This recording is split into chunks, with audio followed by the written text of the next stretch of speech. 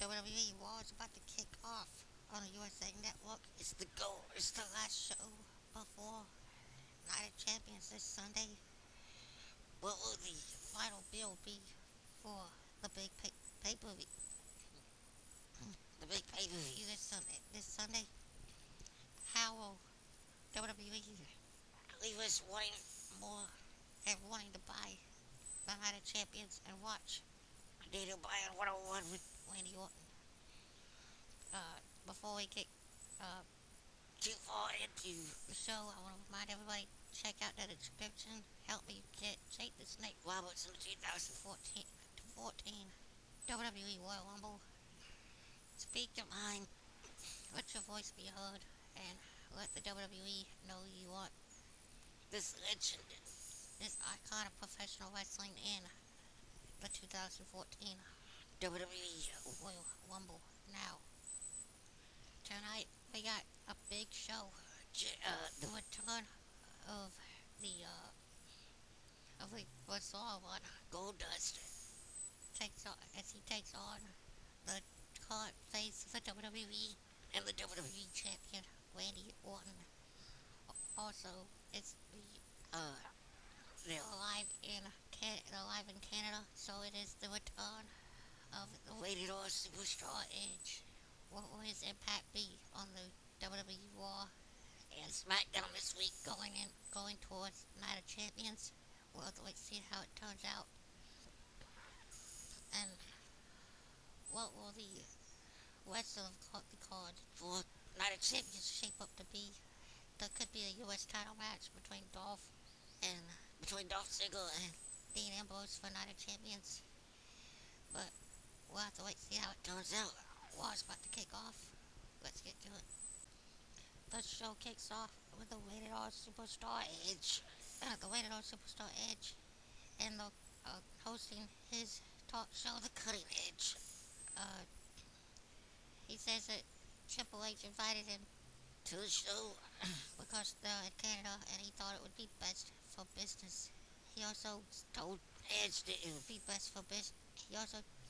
Edge also said he told him it would be best for business to have Randy Orton as his guest on The Cutting Edge.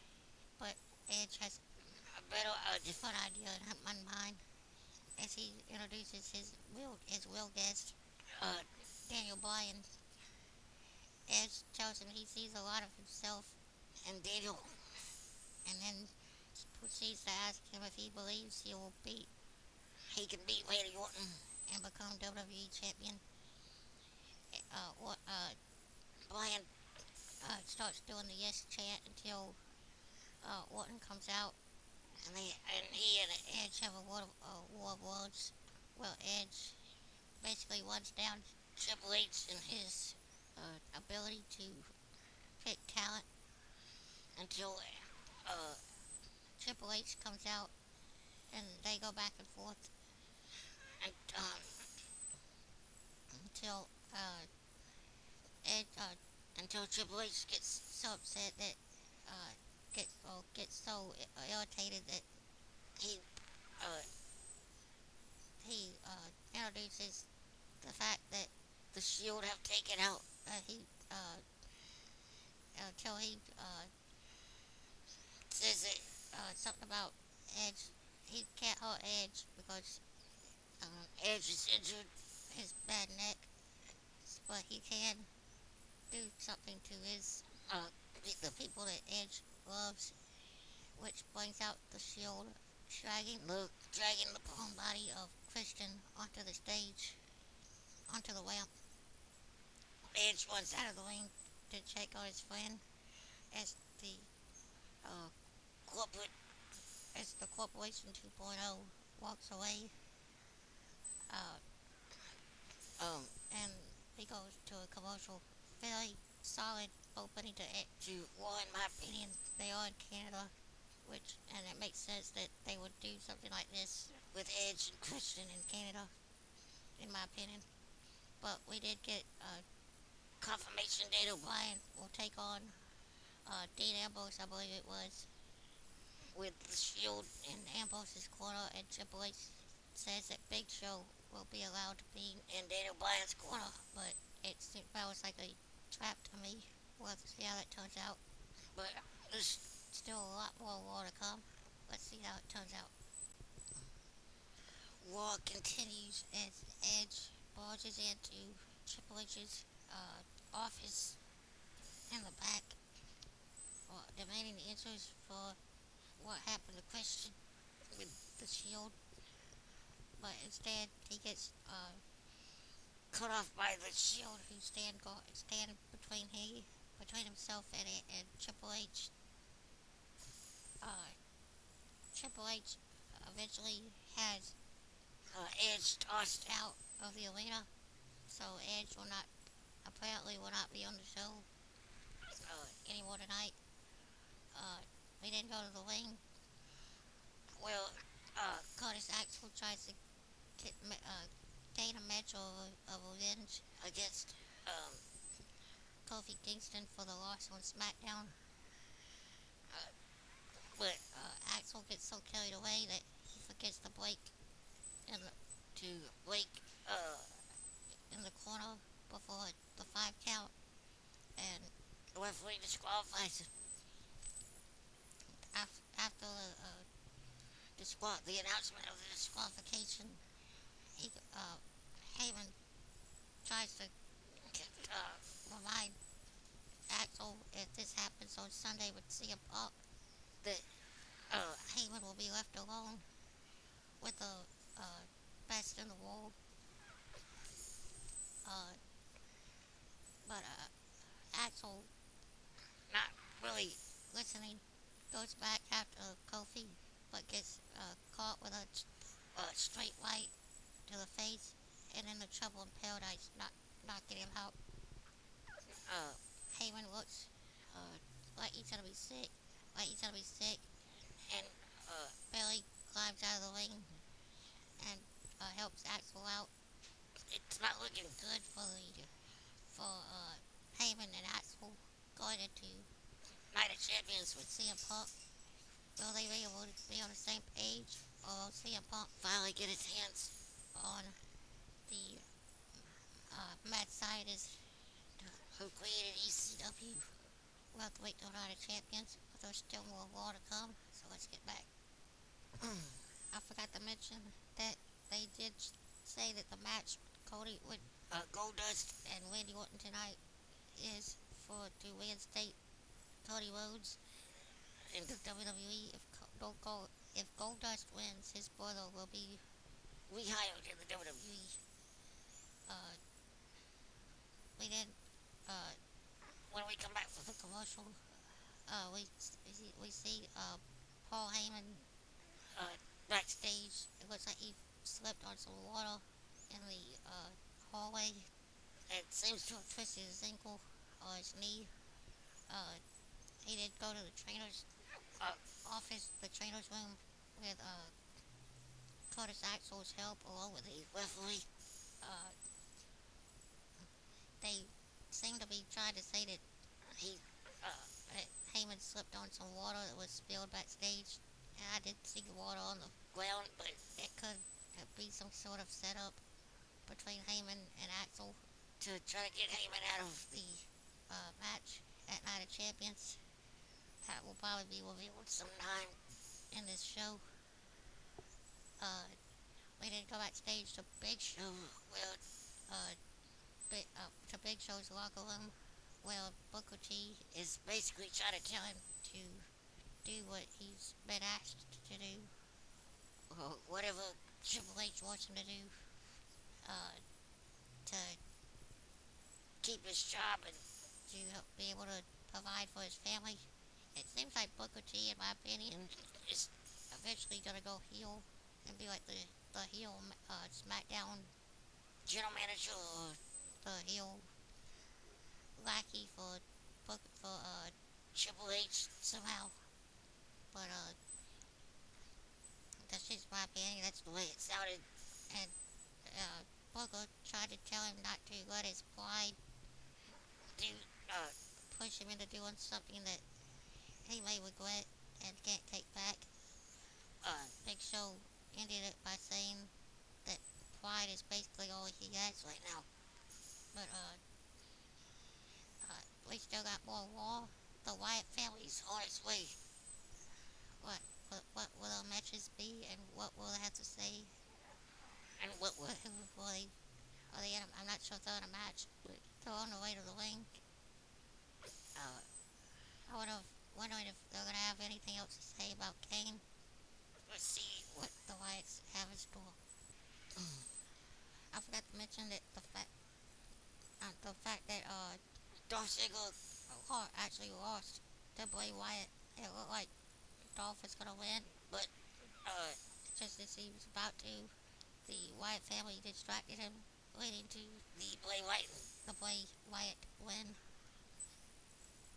Going into the commercial, which led to a commercial break. When we came back, we got Heyman in the ring with Curtis Axel, and his what he said was his personal physician. Heyman was on crutches the whole time and was saying that he was unfit to compete this Sunday, and thus would be going back to New York to get a thorough exam, but would not be able to be in the ring at Night of Champions.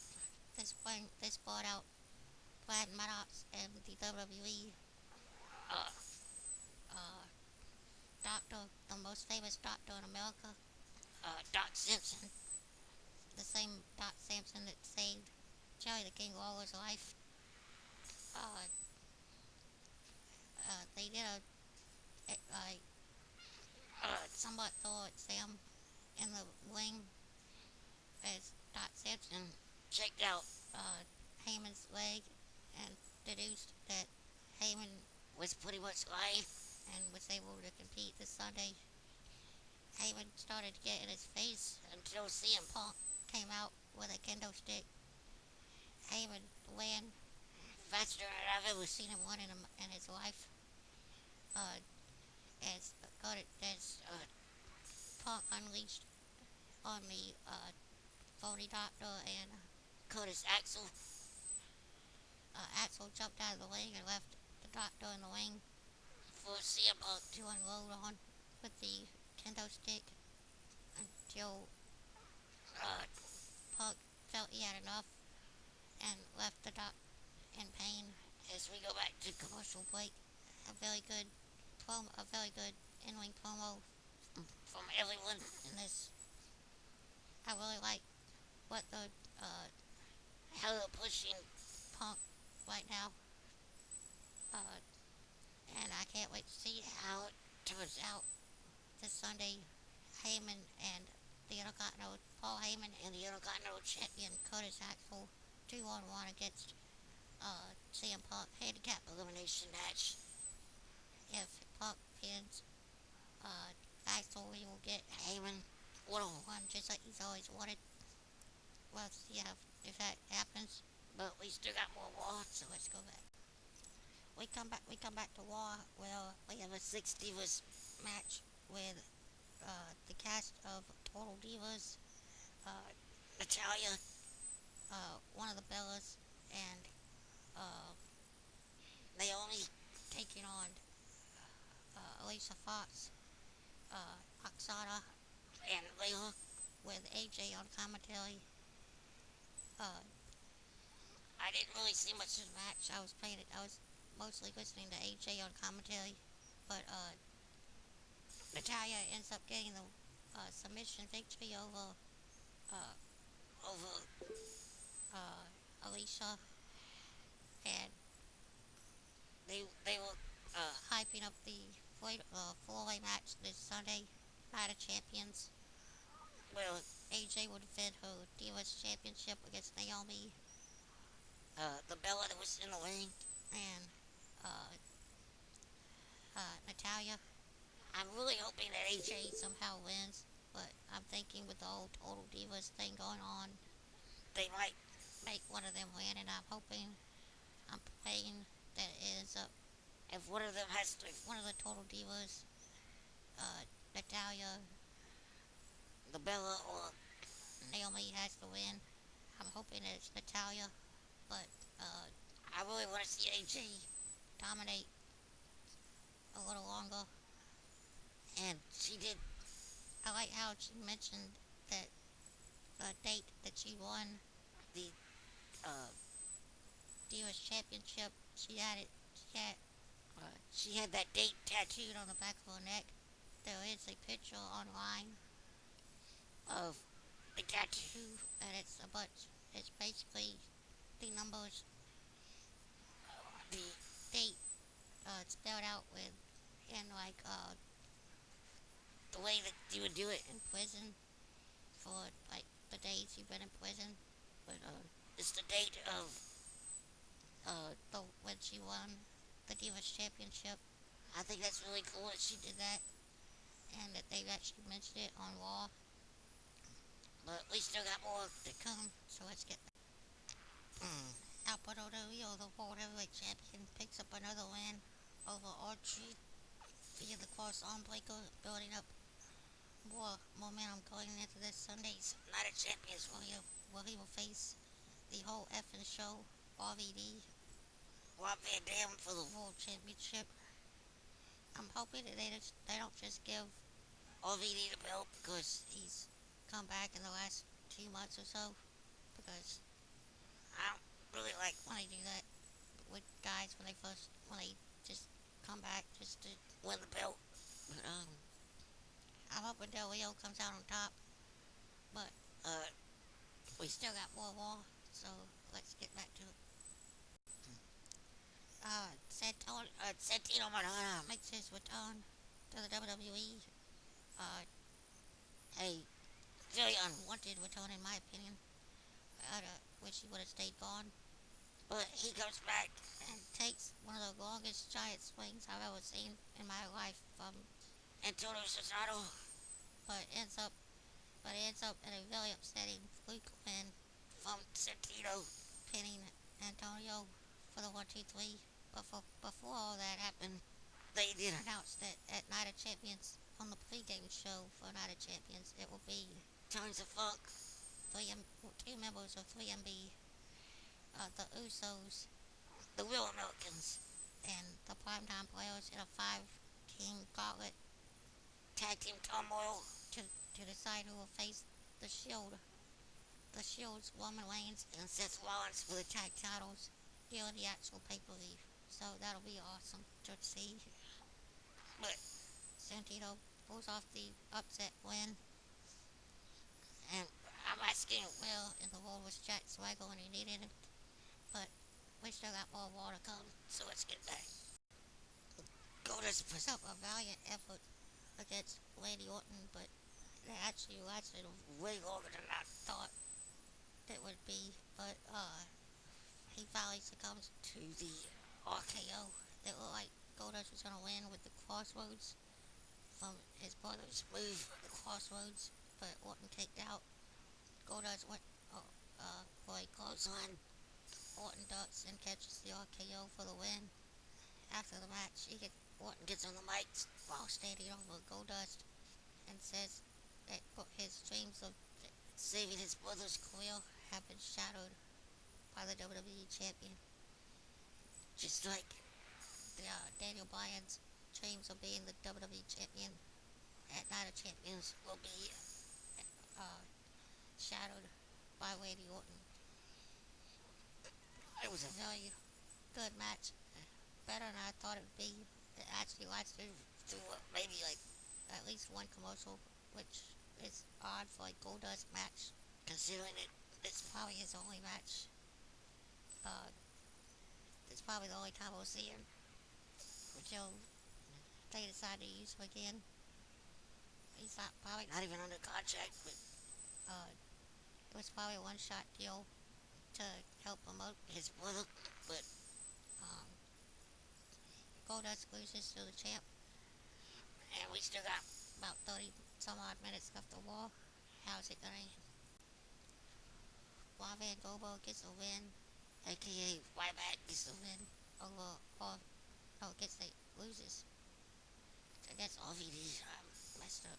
He loses against RVD by DQ as he blatantly crotches RVD against the ring post on the outside. They'll have cause for the disqualification, but Ryback still hits the shell shock from the inside of the ring, leaving people to wonder how RVD will be as he goes, how well he will be as he goes into its match for the World Championship at Night of Champions. Uh, will RVD be in shape to take on Alberto Del Rio and take the World Championship? We'll have to wait to Night of Champions, but we still got about 15 minutes of Raw left, and it looks like the main event will be Daniel Bryan versus Dean Ambrose. And even though Big Show's gonna be at ringside, it looks like Stephanie has asked him not to touch any members of the Shield. Will the big man be able to control his temper, or will he be fired just like Cody Rhodes and Goldust? Let's see how it turns out. Daniel Bryan wins the main event over Dean Ambrose in a hard-fought match with a quick roll-up. He got him with a quick pin. After the match, Randy Orton came out and uh, Daniel Bryan dove through the ropes on Orton and started beating him up until the Shield attacked. It looked like it was going to be a 4-on-1 beatdown until Big Show stood up and grabbed his chair and looked like he was going to help out Bryan. But the Shield and Orton reminded him that he can't touch anyone. They threw Daniel Bryan into the ring and Orton hit the RKO. He then called Triple H and Stephanie, then came onto the stage and told Big Show to go back and knock out Daniel Bryan. Big Show at first refused, but Orton got in his face and was trying to convince him to knock him out. But Orton got so distracted by trying to convince Big Show that he turned around and got caught with a running knee from Daniel Bryan, the same running knee that beat John Cena a month ago for the title at SummerSlam. Will is Daniel Bryan destined to beat Randy Orton at Night of Champions? We'll find out on Sunday, but that's Raw. Comment, like, and subscribe. Check out that link in the description. Help support Jake Snake Roberts. And that's Raw. And I'm out.